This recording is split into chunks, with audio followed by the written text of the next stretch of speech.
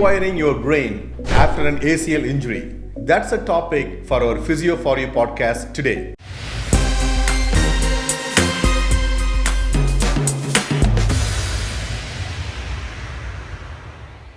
Hi everyone, welcome back to Physio For You Podcast, the show where we bridge science, movement and recovery. I am Giri Srinivasan, a registered physiotherapist and CEO and Institute of Physical Therapy and group of clinics. Today, we are diving into something truly fascinating: how your brain and nervous system respond after an ACL injury and why your rehab must train both your muscle and your mind. We often think of an ACL tear as a knee problem, right? But what if I told you it's also a brain problem? Let's explore how your brain rewires itself after injury and how modern physiotherapy can help you recover smarter and stronger. So, what's the real scope of ACL injury? Every year, around 300,000 ACL injuries happen in the US alone. And here's the interesting part. Over 70% of them are non-contact. That means most of the injuries happen during a quick pivot, a jump and land, or a sudden change in direction, not from a collision. And for athletes, the story does not end with surgery. 1 in 4 people re-tear their ACL after reconstruction. Female athletes, especially in soccer, basketball and volleyball, and male football players are at highest risk for ACL injury. But here is the real twist. When you tear your ACL, it does not just affect your knee stability. It changes how your brain processes movement. The injury alters your proprioception, which is your joint position sense, your motor control, even your reaction time and decision making. In other words, your software, your brain, gets disrupted, not just the hardware of your knee, which is your ACL.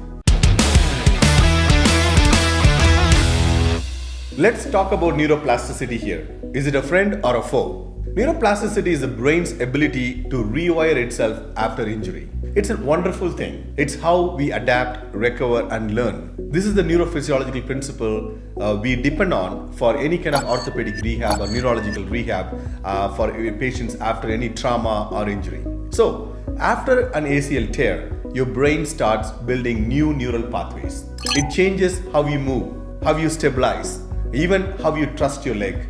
But here is a challenge. Not all neuroplasticity is helpful. Sometimes your brain develops maladaptive patterns, which are compensations that protect in the short term but harm in the long run. For example, many patients after ACL injury develop what we call quad avoidance gait. They walk with the knee slightly bent because the brain does not fully trust that leg to bear weight. Your brain is protecting you, but it's also preventing recovery. Think of it this way. Your muscles might be ready, but your brain hasn't updated its software yet. That's where we as physiotherapists come in to help you. So, let's discuss about what happens in the brain when you have an injury. After an ACL injury, the sensory feedback from your knee, what we call an afferent input, which goes into your brain and spinal cord, is disrupted. This leads to altered motor output, or how your brain tells your muscles to move. Because of this, your brain starts depending more on visual input and conscious control. That's why so many patients look down when they walk or hesitate before stepping down a stair. They're literally watching their movement and watching their feet where it goes, because the automatic feedback system is not working the same way anymore. Brain scans show that after ACL reconstruction, people use more of the visual and attention areas of their brain just to move their leg. Your brain is working harder to do something that used to be automatic.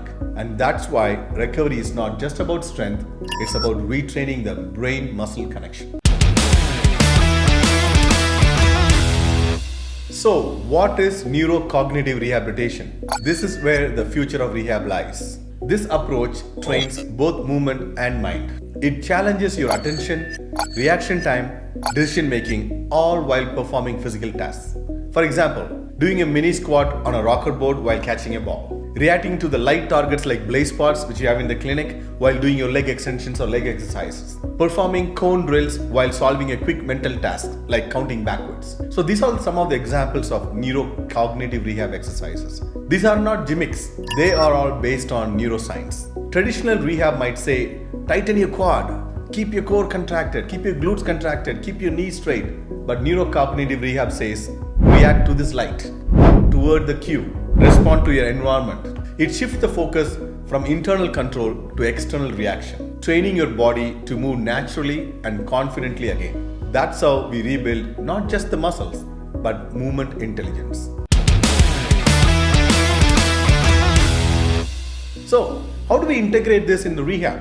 At our clinics, we integrate neurocognitive rehab right from the start, even before surgery. Preoperatively, we do gentle balance and coordination exercises and brain-body drills to keep the system prime shape. And in early post-op, we combine neuromuscular electrical stimulation or different types of biofeedback techniques with simple visual reaction drills. For example, tapping a light pad like Blaze Pod while doing quad sets. And in mid-stage of the rehab, we work on quite a bit on reactive balance training. And single leg stands on a foam while responding to audio or visual cues are some of the examples of this reactive balance retraining. In later stages, we focus more on sport-specific drills, unpredictable drills, for example, cone cuts, reactive sprint starts, and directional cues under fatigue. We follow a model called the Visual Cognitive Control Chaos Continuum.